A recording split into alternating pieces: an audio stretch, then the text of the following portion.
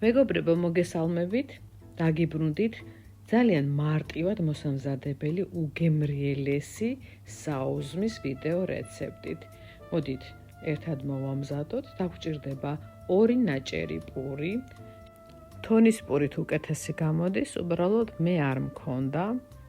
დაჭერით კუბებად, დაფადადგით დაბალ ცეცხლზე და მოათავსეთ შიგნით პური.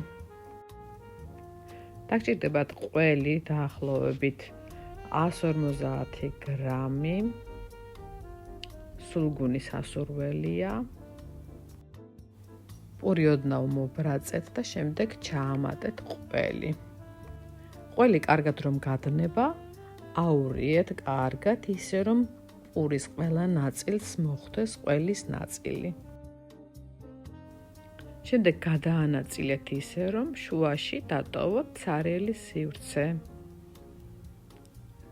რომელშიც უნდა მოვათავსოთ 1 ცალი კვერცხი მთლიანად.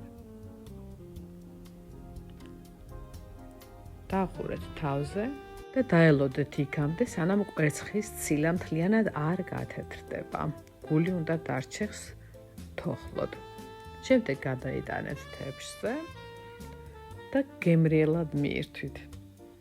არ დაგავიწყდეთ, გამოიწერეთ ჩემებური სამზარეულო, მოიწონეთ და მიკომენტარეთ ველი თქვენს გამოხმაურებებს. მომავალ შეხვედრამდე.